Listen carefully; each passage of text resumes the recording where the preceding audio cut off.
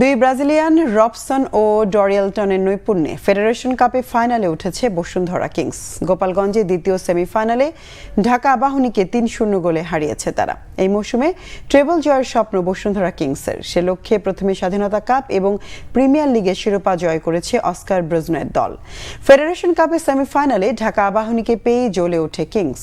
এর আগে প্রিমিয়ার লিগে দুবার এবং স্বাধীনতা কাপেও আবাহনীকে হারিয়েছে তারা। সেই সাফল্যে উজ্জীবিত হয়ে ফেডারেশন কাপ সেমিফাইনালে আবাহনীকে চেপে ধরে ২১ মিনিটেই এগিয়ে যায় কিংস। দলের পক্ষে প্রথম গোল করেন ব্রাজিলিয়ান রবসন রবিনহো। আবাহনী অবশ্য খেলায় ফেরার জন্য চেষ্টা করেছে, কিন্তু কিংসের রক্ষণ ভাগে দৃঢ়তায় সুবিধা করতে পারেনি। ১-০ গোলে এগিয়ে থেকে প্রথমার্ধ শেষ করে বসুন্ধরা। দ্বিতীয়ার্ধে আক্রমণাত্মক খেলে আরও ২ গোল করেছে তারা। ৭১ মিনিটে আরেক ব্রাজিলিয়ান ডরিয়েলটন গোমেজ ব্যবধান দ্বিগুণ করেন। এরপর ইনজুরির সময়ে বদলি খেলোয়াড় ইব্রাহিম দলের তৃতীয় গোলটি করেন।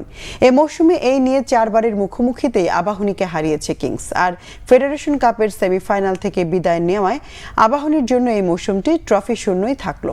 ২২ মে ময়মনসিংহে ফাইনালে মোহামেডানকে হারালেই ট্রেবল জয়ের স্বপ্ন পূরণ হবে অস্কার ব্রুজনের দলের।